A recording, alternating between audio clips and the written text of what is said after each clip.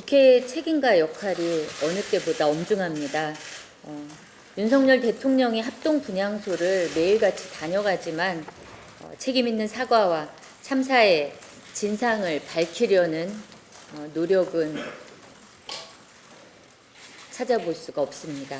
참사가 있고 지난 6일 동안 목격한 것은 애도 전국 뒤에 숨은 책임 회피, 제 식구 감싸기 아닌가라는 시민들의 유감과 우려가 나오고 있습니다. 그러나 국회마저 침묵해서는 안 됩니다. 겨우 꺼낸 사과마저도 제도 탓, 남 탓으로 일관하는 정부에 기댈 것이 과연 있을까? 이런 시민들의 우려도 돌아봐야 합니다. 절박한 심정으로 바라보고 있는 시민들에게 국회가 진상 규명의 컨트롤 타워가 돼서 한 점, 한 획의 의혹도 없이 철저하게 조사해야 된다라고 생각을 합니다. 다행히 저와 정의당이 제안한 국정조사에 민주당이 화답함으로써 논의가 급물살을 타게 됐습니다. 중요한 것은 진상 규명의 정확한 방향과 원칙을 합의하는 겁니다. 계속 언론을 통해 보도되고 있지만 현장의 일선 경찰을 수사하고 군중 속의 토끼 머리띠를 추적하는 거, 이런 것은 진상 규명의 본질이 될 수 없습니다. 대통령실에서 용산구청에 이르기까지 전면적이고 성역 없는 조사가 이루어져야 됩니다. 정의당은 대통령실과 행정안전부, 경찰, 서울시와 용산구청 5개 기관을 국정조사 필수 대상으로 판단을 하고 있습니다. 사실 너무나 엉망진창이었던 초기 대응에 뒷북 대응한 행정안전부와 경찰, 그리고 이를 총괄하는 재난 컨트롤 타워인 대통령실은 피해갈 수 없다고 봅니다. 3년 만에 노마스크 축제로 엄청난 인파가 몰릴 것이 충분히 예견되었음에도 안전 대책을 세우지 않은 서울시와 용산구청의 책임 또한 명백히 규명돼야 할 겁니다. 분명히 말씀드리지만 국정조사는 정쟁이 아닌 진상규명을 위한 최소한의 요구입니다.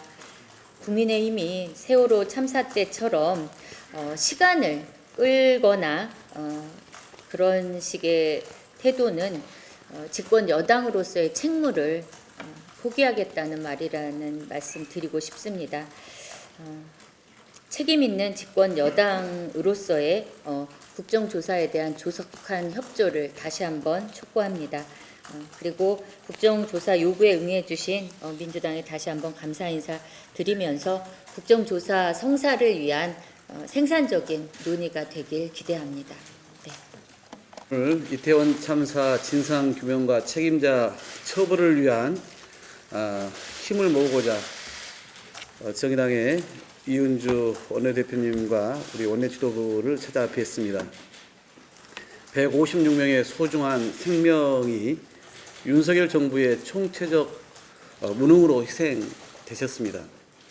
사전 예방, 현장 대응, 사후 수습, 그 어느 것 하나 나라다운 나라의 모습은 없었습니다.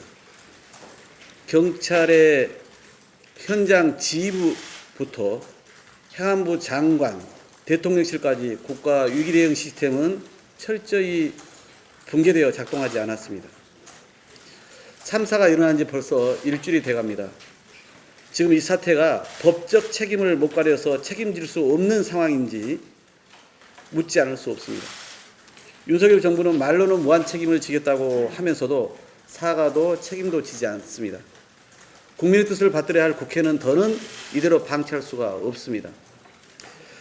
그래서 민주당은 어제 이태원 참사 진상규명과 책임자 처벌을 위한 국정조사를 요구하겠다고 공식 말씀드렸습니다. 정의당이 먼저 국정조사를 제안하셨고 또 어제 바로 민주당 제안에 흔쾌히 동의해 주셨습니다. 국민의힘에도 국정조사 동의를 요청했지만 정진석 비대위원장은 전혀 관계없는 엉뚱한 조건을 내걸고 사실상 거부했습니다. 법 때문에 소중한 생명이 희생됐습니까? 제발 본질을 회피하고 은폐하려고 하지 마십시오. 오늘 아침 조영 원내대표님은 지금은 국조할 때가 아니다. 강제 수단 없는 국조로 시간 끌고 수사와 종첩하는 건 진실 발견에 도움이 안 된다고 말씀하셨습니다. 국민적 의혹이 분노로 바뀌고 있는 이 상황에서도 집권당은 진실보다는 정쟁을 앞세우려고 하고 있습니다. 또 은폐에 동참하려고 하고 있습니다. 끝까지 국민의힘을 설득하겠습니다만 만약 내주까지 설득이 안 되면, 내주 초까지 설득이 안 되면 결국 민주당은 정의당과 함께 또 뜻을 같이 하는 무소속 의원들과 함께 힘을 모아서 늦어도 다음 주 중 국정조사 요구서를 제출하도록 함께 노력을 하겠습니다. 희생자와 유족 또 국민들을 위해서 국회가 최소한의 도리를 다할 때라는 말씀을 드립니다. 이상입니다.